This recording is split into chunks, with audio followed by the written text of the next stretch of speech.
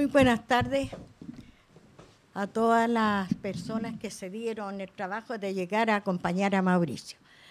A muchas mutualistas y con socias también que están presentes acá. Yo me llamo Hortensia Pérez Vázquez, pertenezco a la Sociedad Unión y Fraternidad de Obreras, fundada en 1890. Esa sociedad se formó con la función de formar una caja de ahorro, porque siempre, en todos los gobiernos, el Estado ha estado ajeno a la persona obrera. Y con ese fin, la mutualidad se creó para ayudarnos unos a otros, hoy por ti, mañana por mí. Y en realidad, la función de la mutualidad, como aquí veo, la presidenta de la Federación, representante de la Concéntrica Liga de Obreras también, con ese fin se crearon la mutualidad. Yo a Mauricio lo he estado apoyando desde los inicios, ya no me acuerdo cuántos años. Yo tampoco. Yo tampoco. Y entonces, mi labor es siempre cooperar, ayudar al necesitado. Algunas personas tal vez no lo vean así, pero esa es la mutualidad, ayudarnos unos a otros. Yo solamente felicitar a Mauricio que haya concretado su venida con el señor del Archivo Nacional. Menos mal que ya llegó el caballero, a don Javier, que hemos estado en otras reuniones. Mis felicitaciones solamente, Mauricio, y a ti y a toda tu familia, por el apoyo que le han dado. Gracias. Voy a compartir lo que ha significado para mí realizar este trabajo, que en muchos momentos pensé que no iba a salir, nunca quizás. A veces uno siente que está en el principio, y eso lo entiende muy bien las personas como don Osvaldo, la señora Eliana o mi amiga Isabel, que por definición el trabajo del bibliotecólogo o del archivero es un trabajo muy solitario y muy incomprendido. Y eso también se puede llevar al caso de los que trabajamos en historia, en historiografía. Entonces, yo siento que el tema que no haya archivo regional descentralizado en Valparaíso hizo que yo tuviera que contactarme el año pasado directamente con Miraflores 50, donde está domiciliado el Archivo Nacional, porque sentí que por ley, como dijo el director, el Archivo Nacional vela por el patrimonio documental de la nación. Entonces yo dije, pucha, yo cuando vi esta documentación hace años atrás, dije, junto con realizar mi tesis de grado, dije, simultáneamente al pensar en el análisis que le podía dar esa fuente, dije, me parece que esto tiene méritos de sobra para formar parte del patrimonio documental de la nación chilena, de la República. Lo pensé solo, me empezó a dar vueltas esa idea en la cabeza, en la soledad de los archivos, como usted apunta, director. ¿Por qué ponerle archivo de la sociedad civil? ¿Por qué archivo? En la mañana yo estaba hablando con mi amiga bibliotecóloga.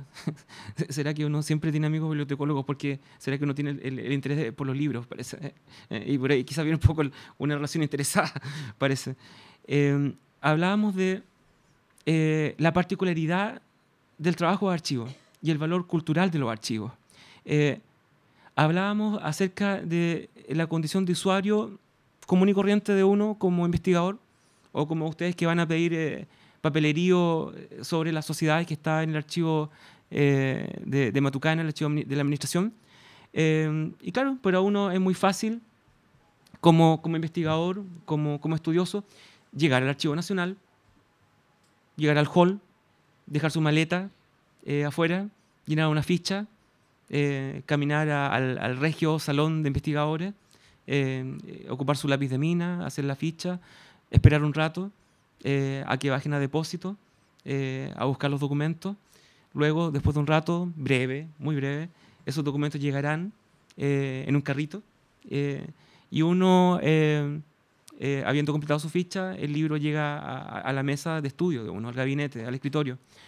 Y claro, eso es fantástico para uno como investigador, facilita mucho las cosas. Es un agrado estar en ese salón de investigadores y todas las facilidades que brinda el archivo para todos los investigadores y para los usuarios también. Muchas de ustedes me cuentan que hacen el viaje a la estación central y luego se internan por Matucana a buscar papelería al archivo de la administración. Entonces, yo me vi como hace años atrás cuando me encontré frente a este archivo que no estaba con descripciones, sin puntos de acceso, sin catálogo, sin inventario, sin un bibliotecólogo que me atendiera, pero sí estaba cobijado por una sociedad que es fundada en Valparaíso en 1887, que es una sociedad, si ustedes andan caminando un día por la subida de Ecuador, donde están la Botillería La Fama y un poco más arriba unos taxis, hay una sociedad ahí que se llama Sociedad de Socorros Mutuos Amantes del Progreso, de 1887, de talabarteros y zapateros. Entonces, yo me encontré frente a esa formidable soledad que tiene el historiador cuando está ante los documentos, y uno siente un vacío, siente una ansiedad y una terrible expectación de encontrarse, desaparece el espacio, desaparece el tiempo, y uno está frente a la documentación y uno siente que está frente a quienes escribieron esa documentación. Y ese es un momento maravilloso de asombro, primero, y quizá antes que investigador. A ustedes que custodian estos archivos y que los tienen en esos libreros y en esos armarios, yo he conversado mucho con don Jorge González, con don Lucho Contreras, con muchos dirigentes, con muchas socios y socias, y cuando ustedes abren esos libros, ustedes sienten que hay algo importante ahí, algo muy importante. Y esa pregunta respecto a qué querían decirnos esos artesanos, esos activos artesanos e industriales, como los llamaba Fermín Vivaceta, me empezó a dar vuelta en la cabeza y me siguió dando vuelta en la cabeza en relación a un tremendo y un formidable patrimonio documental que si bien les pertenece a estas instituciones, yo siempre sentí intuitivamente que le pertenecía a toda la nación. Y yo, quizá un poco la inexistencia del Archivo Nacional acá en Valparaíso me dificultó un poco la posibilidad de concretar esto antes. Por eso es muy relevante las palabras y la estrategia y la política del director definitivamente de una buena vez que haya una efectiva descentralización. Yo lo vengo escuchando, el profesor Figueroa también lo he venido escuchando desde la más tierna infancia, de que hace falta y grita un archivo acá, tal como el archivo se está posicionando en el norte, en Tarapacá, en Temuco, próximamente en Los Lagos, en Magallanes, se acaba de abrir un concurso de arquitectura. Entonces, pena Valparaíso. Valparaíso tiene archivos de una cantidad y una calidad, no solamente en Valparaíso, sino en toda la región.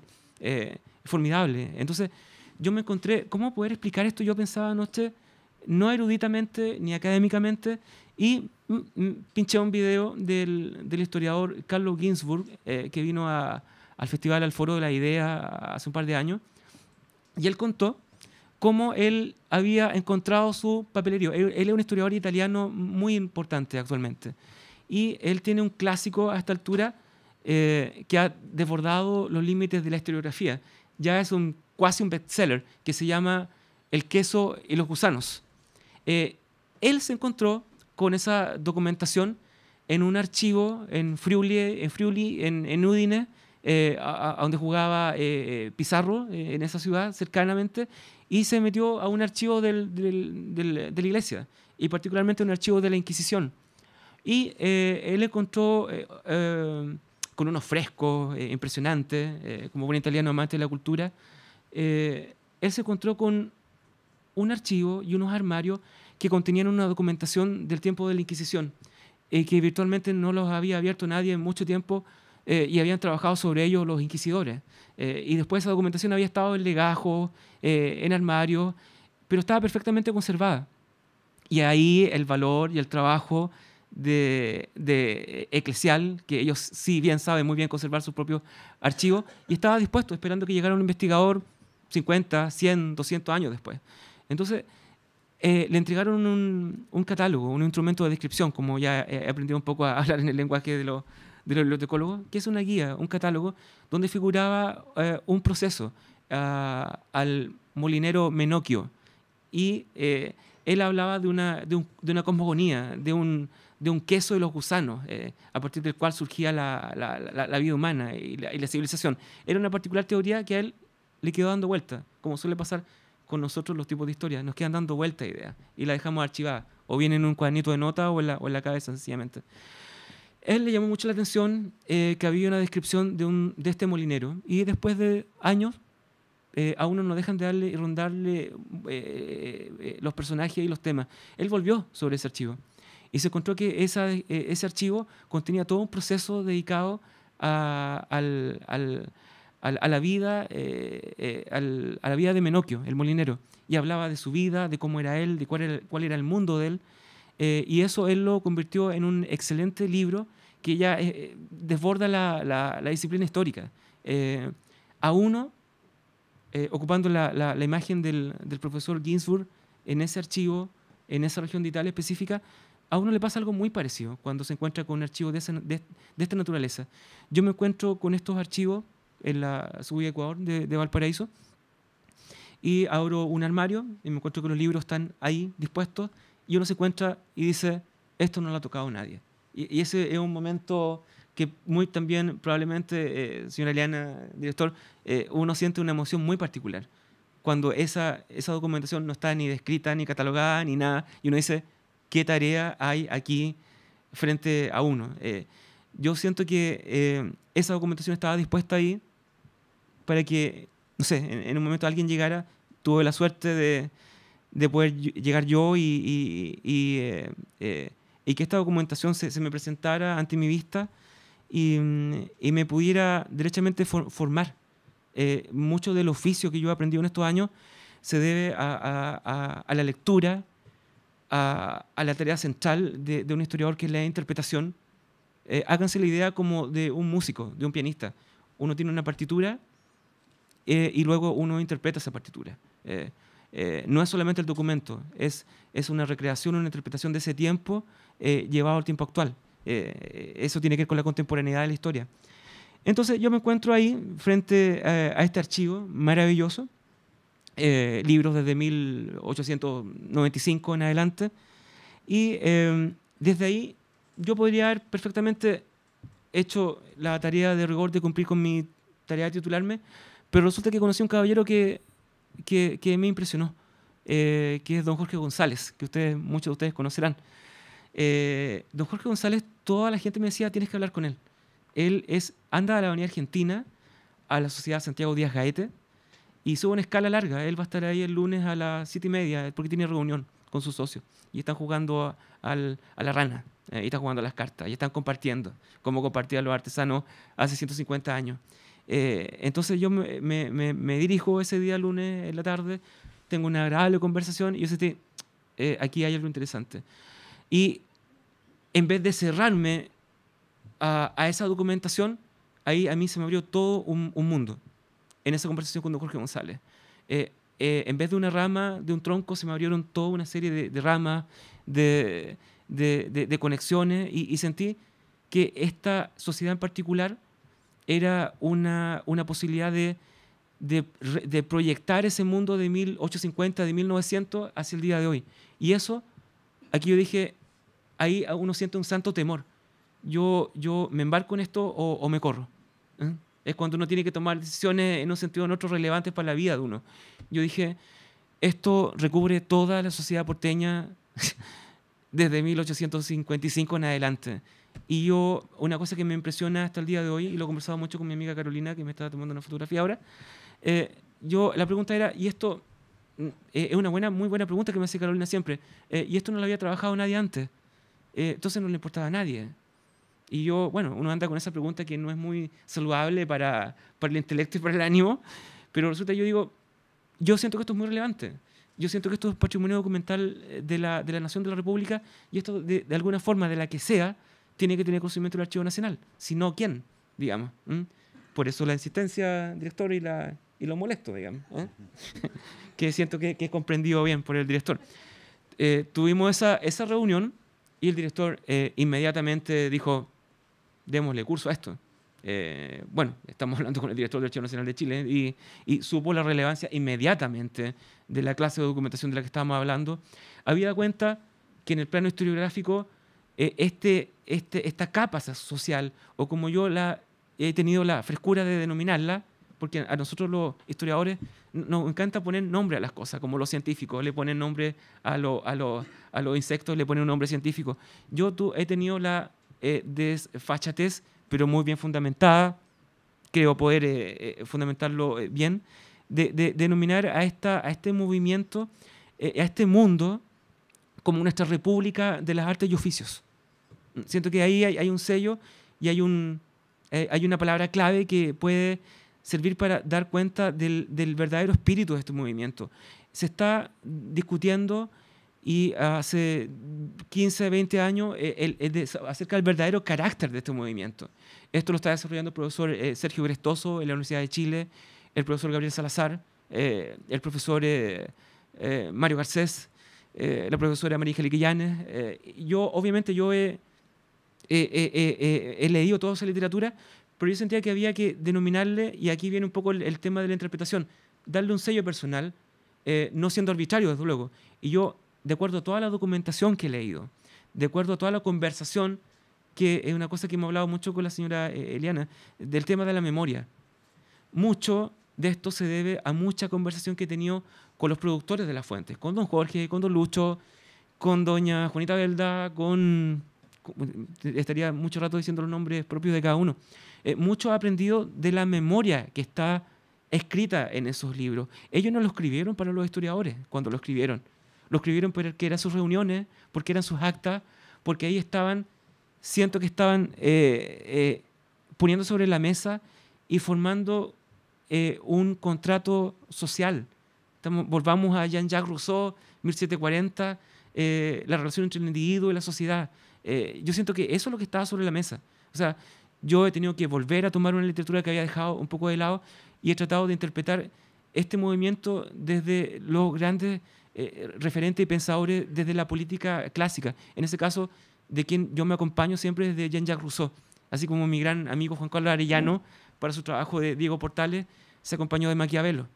Yo he tratado de hacer una mirada, y ahí me pueden retar un poco la directora de la señora Eliana, desbordando un poco el tema sencillo de la descripción, que es muy relevante, pero en este caso yo he tratado de aportar un poco una interpretación a partir de este profundo conocimiento que tengo de 8 libros, que son en particular estos, que son 1500 páginas, que le he analizado y he descrito, pero son de un conjunto mayor. Para estos 8 libros que forman parte de este archivo, yo tuve que leer 25 libros. No se haga la idea de que uno los lee literalmente línea por línea, sino que uno va a lo más relevante. Uno ya después tiene la vista y la lectura acostumbrada para ir a lo más sustancial y más bien para captar, como lo decía el gran historiador chileno Mario Góngora, el perfume de las cosas, la esencia de las cosas. Y yo siento que la esencia de este movimiento es su identidad patriótica y republicana. Luego me voy a extender brevemente un poco sobre de qué quiero decir con esto. Entonces, hablando con don Jorge González, a partir de esa visión, de esa documentación de la Sociedad Amante del Progreso, yo me empecé a acercar a la sociedad de repartidores de pan, vino, leche, carne y gremios afines, José Manuel Balmaceda. Saluda a don Hipólito y a don Julio Rivera, su presidente de la sociedad José Manuel Balmaceda. Y yo de ahí hago un gran diálogo con quien ya no está entre nosotros, aprovecho de recordarlo, don Hugo Cornejo, que me abrió las puertas de ese salón social, y empiezo a conocer esa documentación y me repito el plato de encontrarme frente a una documentación que tengo la certeza que nadie había revisado en 100 años. O sea, digo, oh, por Dios, ¿cómo es posible esto? Luego voy a la Sociedad Marítima con la señora Hortensia, con don Luis, y me encuentro con el mismo caso. Y yo digo, aquí están las raíces del democratismo chileno que está estudiando el profesor Gress desde Santiago, y esta es la vinculación o la pata social del democratismo chileno la primera sesión es invitado por Manuel Cerey, el presidente primero de la Sociedad Marítima, es invitado Malaquías Concha, uno de los fundadores del Partido Democrático. Entonces, hay unos vasos comunicantes entre las dimensiones sociales del movimiento y también la articulación política. Entonces yo me encuentro, ¿cómo es posible? Y hasta el día de hoy me pregunto, ¿cómo es posible que haya solo un artículo del profesor Eduardo Caviere sobre esto? Y no haya mucho más trabajo asentado, fundado, sobre el cual uno pudiera ya entrar, digamos. Para uno es muy bueno como investigador cuando ustedes cuentan con capas que hay antes, o pisos, o escalones.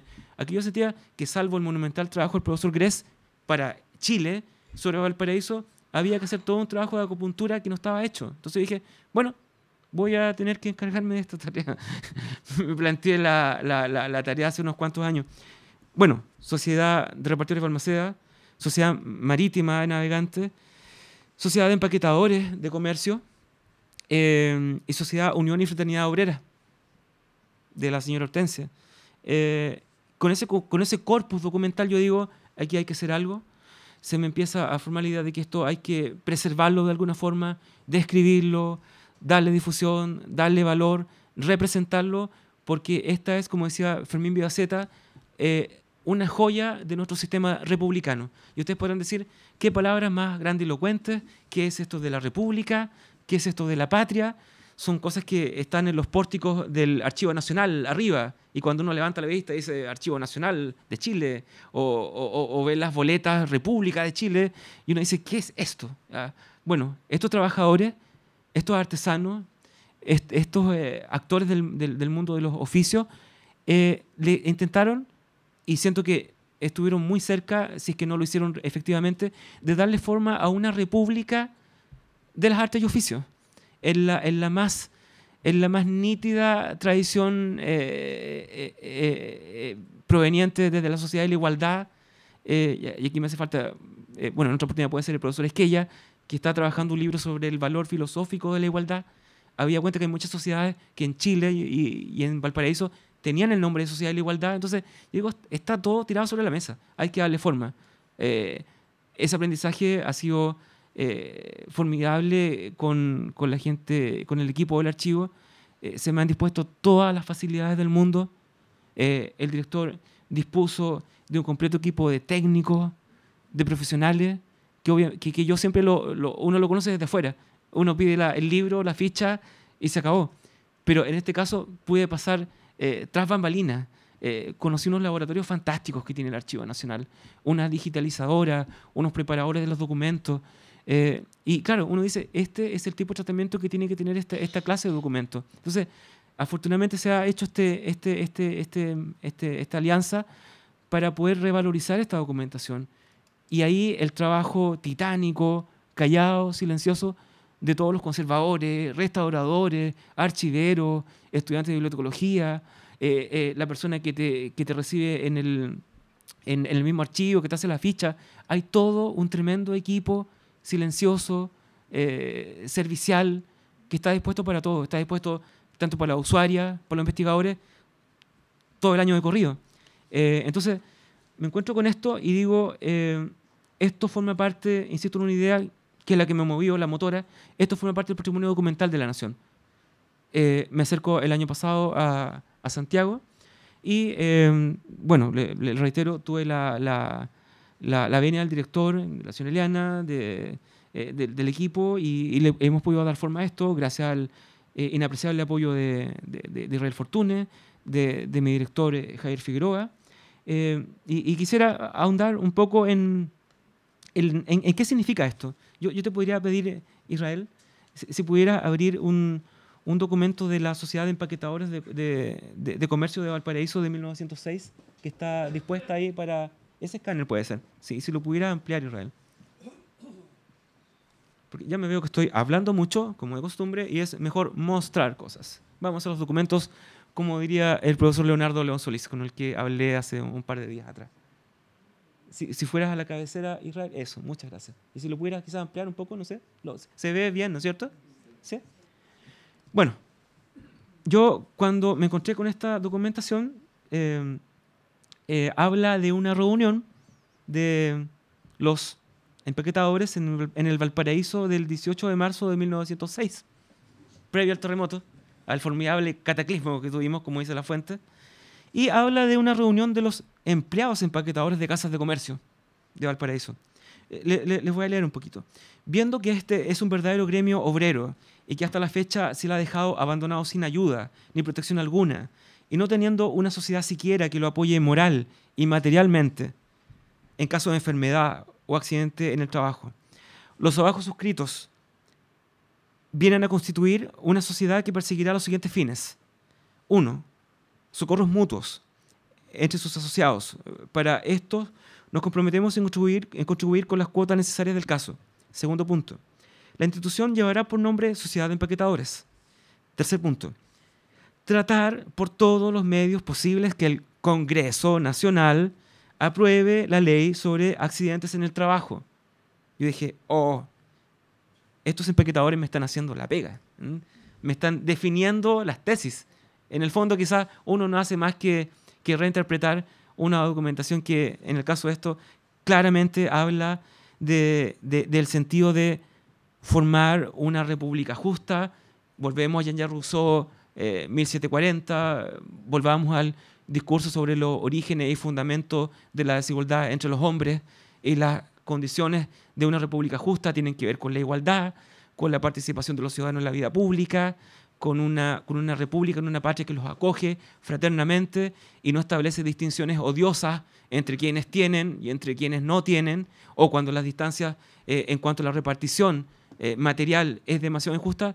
No podemos estar frente a una verdadera república justa que ama y que cobija a sus ciudadanos, que es quizás lo que siempre esperamos y queremos cuando formamos parte del Estado o de la sociedad. Es el dilema permanente, la relación individuo, persona, sociedad, Estado.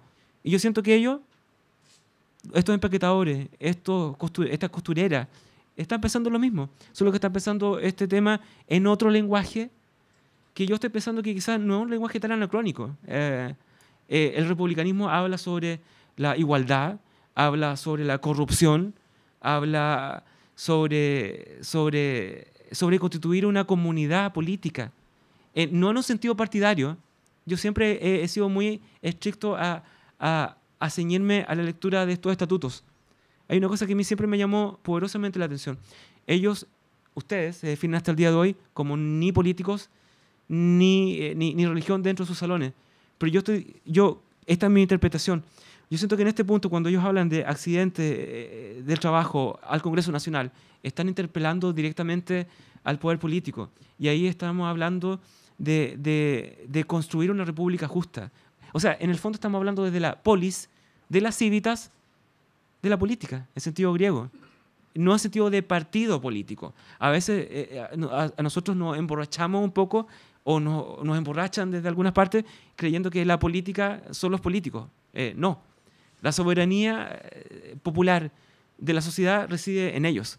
Y todo el edificio político o la sociedad descansa sobre esta soberanía. Lo escribió Jean-Jacques Rousseau en 1740, en 1750. Por eso es un clásico. Entonces, termina con el cuarto punto. ¿Se acuerdan de no formar parte de ninguna sociedad mancomunal o de resistencia o liga? Que es el cuarto punto. Entonces, yo me encontré y me pregunté, esto es un pequeño ejercicio como de mostrar documentación y un posible intento de interpretación. Uno cuando se dedica a la historia, uno solo entrega interpretaciones posibles, no verdades definitivas. Entonces, yo siento que a partir de estos 4 puntos y de esta constitución, de esta pequeña república en miniatura, yo siento que lo que básicamente estaban generando este grupo de empaquetadores de las casas de comercio reunió en este salón social de la Sociedad Blanco Encalada, que hasta el día de hoy está en la Avenida Argentina, donde están esas palmeras, al lado hay una panadería, para los que transitan por la Avenida Argentina, estaban formando un moderno contrato social republicano. Y que siento que es el valor fundamental de esto. Lo interpretaban desde el oficio y el carácter contractual de la política, pero fundamentalmente desde sus propios oficios. Una cosa es hablar de la República desde la alta magistratura, desde un Diego Portales, desde un Antonio Vara, desde un Sarmiento, desde un Vicuña Maquena, y otra cosa es hablar desde la República desde abajo, desde nosotros mismos que estamos acá. Es muy distinto observar la naturaleza de la República desde arriba, y observar la naturaleza, los fundamentos y los alcances de la República desde abajo.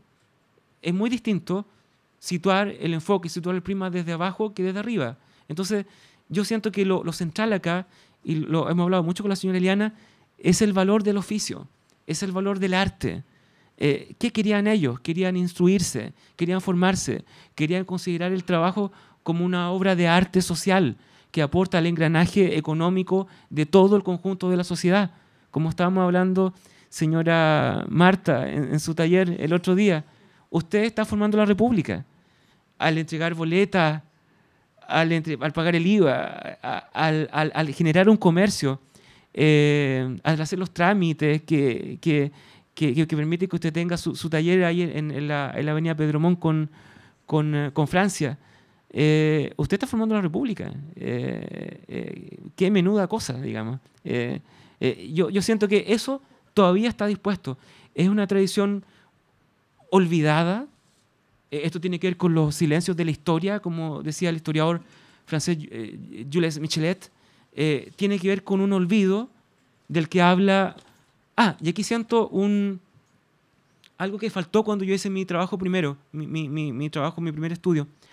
A mí siento que no quedé conforme con la interpretación histórica que le di al fenómeno, al objeto. Hice el trabajo bien en cuanto a trabajar con las fuentes, en cuanto a hacer Mateo, a leerme la literatura, pero sentí que me faltaba el perfume de eso, lo que está más allá del texto, de lo escrito. Y eso, para mí, me lo encontré después, y esto, el valor de la comunidad, del conversar con los amigos, del conversar con los colegas, del poner la oreja, estar atento a la memoria. En este caso, tiene que ver con algo muy puntual de una conversación larga que he tenido con mi amigo Juan Carlos Arellano. Él conoció un autor que se llama Maurizio Viroli, un italiano, que él escribe, él es especialista en el patriotismo y el republicanismo. Y dije, por acá va la cosa. Yo les voy a leer una pequeña cita, porque vamos a ir dándole cierre para después ir a tomar un jugo. Mauricio Viroli, en un ensayo que se llama Por amor a la patria, ensayo sobre el nacionalismo y el patriotismo, y también en una serie de artículos, él desmenuza, analiza, profundiza en el sentido del patriotismo republicano. Y dije, creo que por aquí va el asunto. Tanto que escucho que los juramentos hasta el día de hoy, señora Hortensia, por Dios, por la patria y la mutualidad. Entonces dije, aquí vamos a cerrar el círculo. Me pareció este autor que analiza bellamente el carácter y la profundidad de un lenguaje político no en el sentido partidista, político en el sentido de la polis, que vincula el alma de los individuos y de las personas a un amor profundo por la República. Un amor y una pasión que hace que se transforme la vida de los individuos. Es una pasión transformadora, una pasión que pone por delante lo común, lo público, por sobre lo propio, que es muy legítimo, pero la vida social no se agota en los pequeños contactos que tenemos. Uno forma parte de algo mayor que es la sociedad. Entonces, esos vínculos se aceitan y se estimulan gracias a ese amor por la patria y por la República que debe ser permanentemente estimulado. Yo le voy a citar una pequeña palabra del profesor Mauricio Viroli. Comillas, una pasión por generar un nuevo individuo capaz de poner lo público por delante de lo privado. Un individuo que es capaz de compartir y de tener sentimientos de unidad. Es una pasión que, como Agustín dice, es más fuerte que la muerte. ¿Por qué? Porque esta genera un alma nueva, un alma que desafía su muerte, porque hace al individuo parte de una unidad mayor que lo eleva. Entonces, frente a esto estamos. Yo siento que lo que ha movido desde 1850, como plantear los documentos en tipógrafo, acá en Valparaíso, o la Sociedad de Artesanos La Unión en Santiago de Chile, y lo que dice, según el profesor Salazar, desplaza un poco la periodificación 30, 40 años más atrás con un gremio jornalero en Valparaíso, que también, según el profesor Salazar, contendrían este mismo espíritu. Plantean estos temas. Plantean que el amor por la patria y por la República tiene que ver con la ciudadanía de la ley, con leyes que respondan a este contrato y a este pacto original basado en la justicia, que tiene que ver con el buen gobierno, como hablaba Rousseau en sus confesiones, en sus famosas confesiones habla que mucho del porvenir de una república, de una sociedad, tiene que ver con la naturaleza del gobierno que tengan. ¿Qué pregunta más actual? Digo, lo escribió en 1740, 1750. Creo que estas preguntas todavía están sobre la mesa y flotan sobre las cabezas de todos nosotros todos los días. Y lo otro centralmente tiene que ver con la participación de los ciudadanos en la vida pública. Creo que están echadas todas las condiciones. Para ir cerrando, un poco preguntarme por qué este tema no se ha estudiado antes, de la forma que yo considero que se debería estudiar y valorizar como documentación, como archivo, como piezas documentales del más inestimable valor. Siento que sobre este movimiento ha habido un desprecio largo intelectual de parte de los que hacen la historia, un desprecio ideológico, porque este lenguaje del patriotismo, ustedes como ya viejos ciudadanos chilenos, hablar de patria es un término muy delicado, que enciende pasiones, bien sea uno esté dispuesto de un lado o del otro. Podría apuntarles, pero no necesito, porque ustedes me imagino que tienen muy buena memoria. El presidente Allende, cuando hace su último discurso a la República, habla de la patria en la radio Magallanes, en su último discurso. La patria de los trabajadores, la República del trabajo. Y a renglón siguiente, la Junta de Gobierno, cuando llega, habla de una tarea restauradora y salvadora de la patria. Es complejo el tema. Luego se forma un movimiento patriótico, Manuel Rodríguez. Entonces, es de tal complejidad que yo siento que parte de la tradición de análisis que hay sobre este movimiento ha optado por asociar este patriotismo al patriotismo de la guerra, que es un tipo de patriotismo que ustedes está sobre la mesa, en Valparaíso es muy presente, pero aquí estamos hablando de una tradición patriótica republicana, que tiene que ver con la justicia, con las libertades civiles, con el ejercicio y con el empoderamiento de la sociedad civil, con prestarse una mano fraterna, con acompañarse durante todo el ciclo de la vida, hasta la muerte, y hasta después de la muerte, como la señora Hortensia, cada vez que va a una romería al cementerio. O sea, es una compañía, como decía la señora Micaela Cáceres, que es una corona que estrecha y enlaza los vínculos entre los que ya no están y entre los que están y los que estamos ahora todavía. Siento que lo más valioso acá en esta documentación y en este trabajo es la relación entre la memoria y la historia. Una cosa es lo que escribieron estos trabajadores hace 100 años y que es este escrito que está acá.